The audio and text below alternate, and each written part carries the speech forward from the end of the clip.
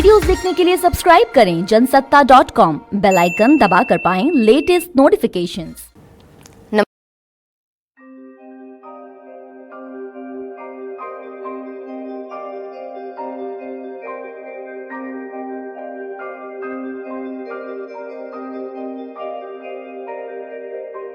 लोक जनशक्ति पार्टी का 5 सदस्यों का एक डेलीगेशन आज चुनाव आयोग से हम लोगों ने मुलाकात की, जिसमें मैं, मेरे साथ लोक जनशक्ति पार्टी के राष्ट्रीय प्रधान महासचिव जनाब अब्दुल खालिक साहब, हमारे साथ लोक जनशक्ति पार्टी के राष्ट्रीय हमारे प्रवक्ता, हमारे लीगल एडवाइज़र आदरणीय A.K. वाजपेयी साहब, हमारे साथ बिहार प्रदेश के हमारे प्रदेश अध्यक्ष राजू तिवारी जी, और साथ ही में अल्पसंख्यक प्रकोष्ठ के हमारे राष्ट्रीय अध्यक्ष जनाब आसिम खान साहब।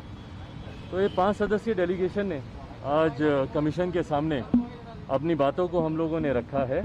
उनकी जानकारी में जो बातें ऑलरेडी थीं उसको हम लोगों ने पुनः उनके संज्ञान में दिया है कि 2019 में लोक जनशक्ति पार्टी ने नए राष्ट्रीय अध्यक्ष का चुनाव किया था और पार्टी के राष्ट्रीय कार्यकारिणी द्वारा मुझे ये जिम्मेदारी सौंपी गई थी। तो 2019 में मुझे लोक जनशक्ति पार्टी का राष्ट्रीय अध्यक्ष चुना गया था और लोक जनशक्ति पार्टी के संविधान के अनुसार 5 साल के लिए लोक जनशक्ति पार्टी का राष्ट्रीय अध्यक्ष, हर 5 साल के बाद राष्ट्रीय अध्यक्ष का चुनाव होता है।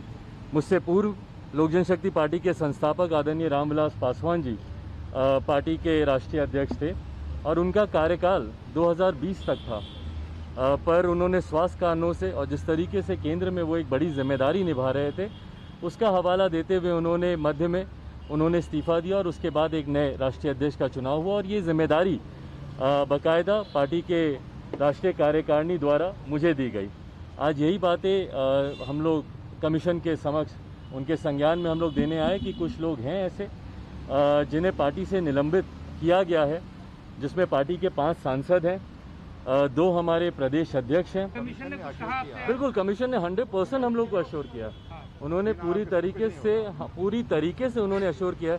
देखिए, कहीं ना कहीं बातें बहुत ही प्रत्यक्ष रूप से स्पष्ट भी हैं, न सिर्फ कमीशन के सामने बल्कि आप सबके सामने। जिस दिन मेरा चुनाव हुआ था उसकी क्या प्रक्रिया रही, कैसे निलंबन हुआ, निलंबन भी मैंने राष्ट्रीय कार्यकारिणी की वर्चुअल बैठक बुलाकर उसी में इन लोगों का निलंबन किया। तो तमाम बातें प्रत्यक्ष रूप से सामने हैं और यकीनन कमीशन भी इन बातों को जानता है, इसीलिए उनकी तरफ से पूरी तरीके से 100% ये आश्वासन मिला है कि यदि ऐसा कोई दावा पेश किसी और के द्वारा किया जाता है तो हम लोग को पूरा मौका दिया जाएगा अपनी बातों को तथ्यों के साथ।